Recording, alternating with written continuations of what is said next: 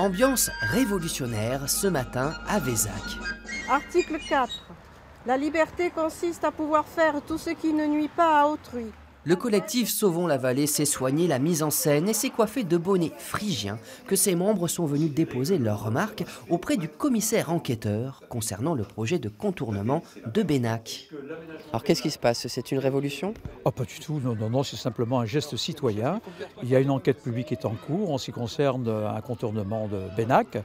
Donc à partir de là, tout le monde, tout citoyen peut effectivement intervenir dans ce débat public.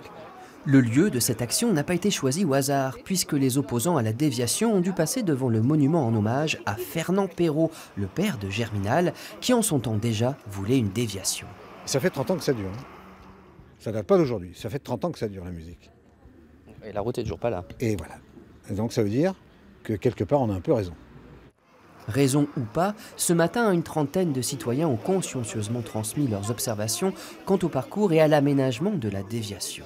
Ça va être une catastrophe. Ici, il y aura beaucoup plus de circulation. Et ils passeront devant l'école et ils passeront aussi devant le lycée. Moi, je suis inquiète pour les élèves.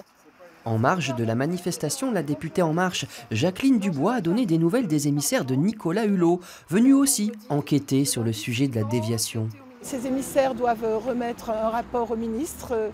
Ça ne veut pas dire que le ministre pourra interdire la déviation, mais il va donner un avis éclairé sur la situation.